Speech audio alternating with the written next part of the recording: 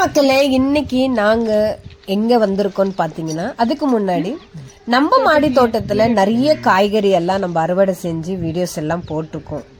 அதே மாதிரி தக்காளி எல்லாம் அறுவடை செஞ்ச ஷார்ட்ஸ் எல்லாம் நான் போட்டிருக்கேன்.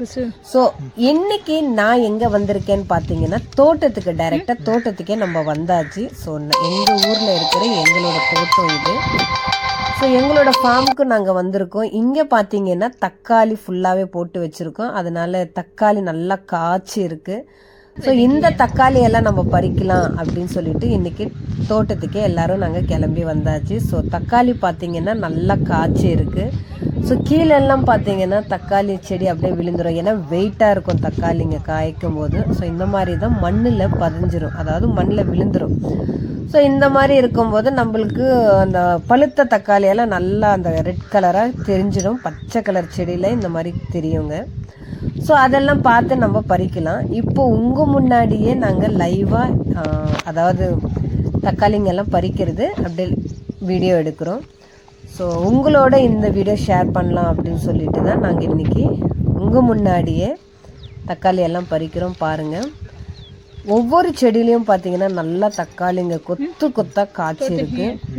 ஸோ ஒரு சைடு நான், ஒரு சைடு தம்பி, அதே மாதிரி தம்பியோட ஒய்ஃபு, இந்த மாதிரி எல்லாருமே ஒவ்வொரு திசைக்காக போயிட்டு எல்லா தக்காளிங்களும் பார்த்தீங்கன்னா பறிச்சுக்கிட்டு இருக்கோம். ஸோ அந்த தக்காளி பாருங்கள், நேச்சுரலாகவே எவ்வளோ ஒரு ரொம்ப அழகான கலரில் இருக்குது பாருங்கள். ஸோ செங்காயாவும் இருக்குது, அதே மாதிரி நல்லா பழுத்த தக்காளியும் இருக்குது, பச்சை தக்காளியும் இருக்குது. பாருங்க, அந்த நேச்சுரல் சவுண்டு பறிக்கும் போது சான்ஸே இல்லைங்க, செம்மையான ஒரு சவுண்டு பாருங்க.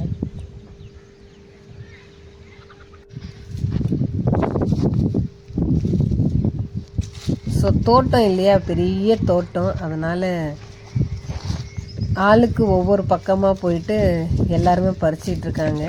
ஸோ ஃபைனலாக எத்தனை கிலோ பறிக்கிறாங்க அப்படின்னு சொல்லிட்டு வெயிட் பண்ணி தான் பார்க்கணும்.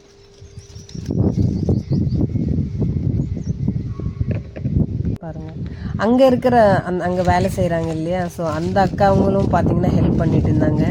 அவங்களும் பறித்து கொடுக்குறாங்க. ஸோ அவங்க டக்குன்னு பார்த்தீங்கன்னா நல்லா பறிக்கிறாங்க. அவங்க ஈக்குவலுக்கு எங்களால் வர முடியல. ஸோ அவங்களே பறித்து எடுத்துகிட்டு வந்து கொடுத்தாங்க.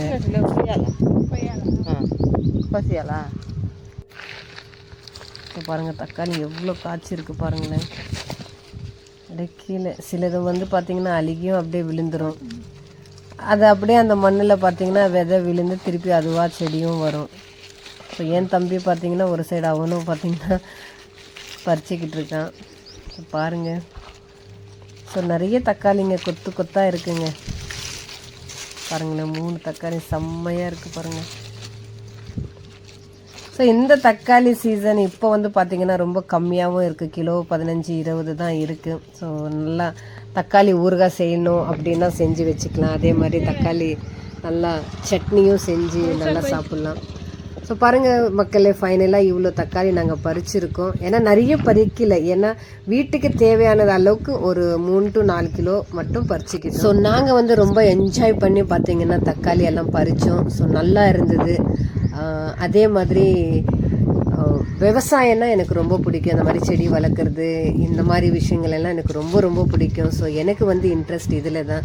ஸோ இதே மாதிரி இயற்கையான விஷயங்கள் உங்களுக்கும் ரொம்ப பிடிக்கும். இந்த மாதிரி தோட்டம் இதெல்லாம் நீங்களும் ஒரு ரசிக்கிற ஒரு ஆளாக இருந்தீங்கன்னா மறக்காமல் என்னோடய சேனலை சப்ஸ்கிரைப் பண்ணுங்கள், சப்போர்ட் பண்ணுங்கள். ஸோ நிறைய வீடியோஸ் நான் இதே மாதிரி அப்லோட் பண்ணிகிட்டே இருப்பேன். ஸோ டைம் கிடைச்சதுன்னா என்னோடய வீடியோஸ் பாருங்கள். ஸோ தேங்க்யூ ஃபார் வாட்சிங்.